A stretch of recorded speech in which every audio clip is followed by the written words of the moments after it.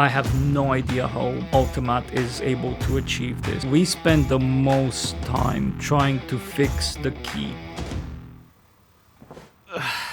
Okay, Mr. Chris.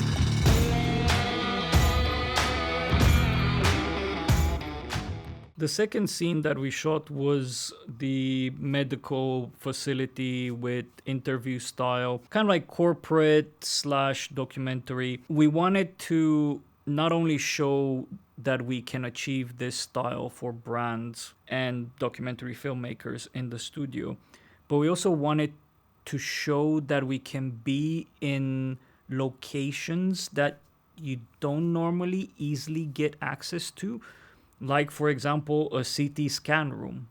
So that entire action is filmed in a CT scan room, which normally you wouldn't get access to, or at least not as easy in order to shoot your interview and such. So that was the value in that specific shot, was showcasing, hey, we can place you anywhere. It doesn't matter if, it's something as easy as to shoot as outside or in a location that is not accessible to public. We spend the most time trying to fix the key on this specific setup. And I was about to say mainly because the talent had curly hair. But in reality, it's not because she had curly hair, it's because we were keying in log. Because if I would have put the whole setup the way it's now, which is in regular profile, you wouldn't have gotten any of those issues. But what was the issue with the curly hair? As I mentioned earlier,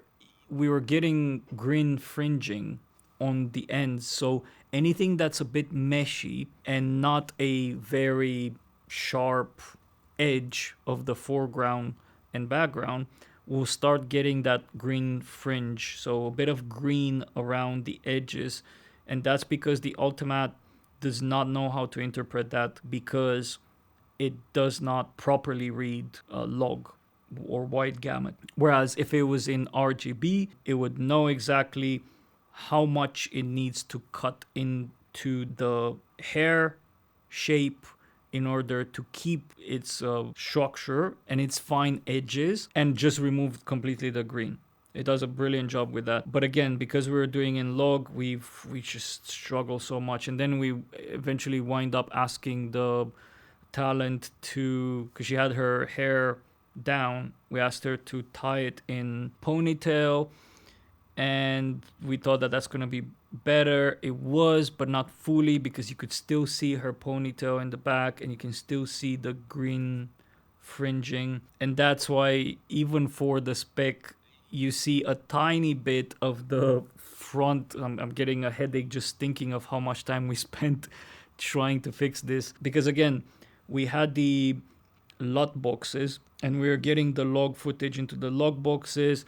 I remember I just set up a simulate live looks, I think the day or 2 days before that, and it was causing me issues. It was crashing. It had some memory things. The people at Assimilate were amazing to fix that in time for the shoot. But there was like this entire chain of new stuff. We're using also some new wheels that I bought to be able to control some of this stuff, the color correction. And yeah, it was just very, very painful. It was very painful. We were trying to change constantly profiles, changing from red, white gamut to Rec 2020, but I wasn't fully educated yet into live looks, so the settings there didn't really match. It looked completely off. We went back to log, and yeah, I think we've gotten a decent shot. It wasn't without pain and keeping the talent on the stage for quite a while, but still you could still notice it. So we kind of hidden it in the spec, where you see the wider shot very short and then you see the side shot. And thankfully we had the second camera to do the side shot, because the side shot was so beautiful. More of a close-up. Her red hair, her skin. These red cameras are really good with skin as well. So it looked really, really good. This was also a high-key scene, key light, there was a bit of a fill. We had a little bit of a, I would say, rim light, but very fainted because she was wearing a white coat, like a lab coat, and you can't really rim light white in a sense. So, and then also the white was a bit too much. We're getting a bit too much of the green bounce. So yeah, I think what I would have done differently on this specific scene was not to shoot it in log and just put the camera and Unreal Engine in the regular color profile, because at the end of the day, it didn't needed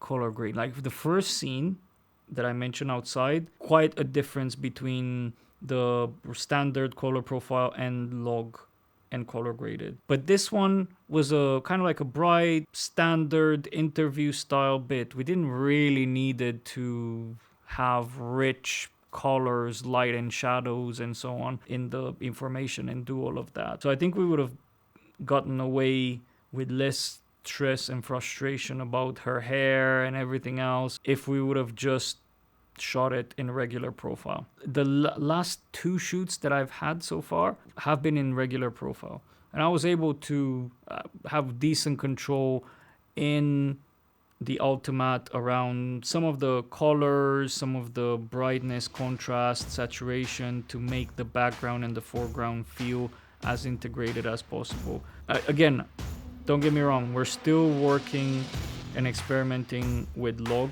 and I want to get to a point where we are able to provide log footage for every single customer, but in some cases I just don't need the headache.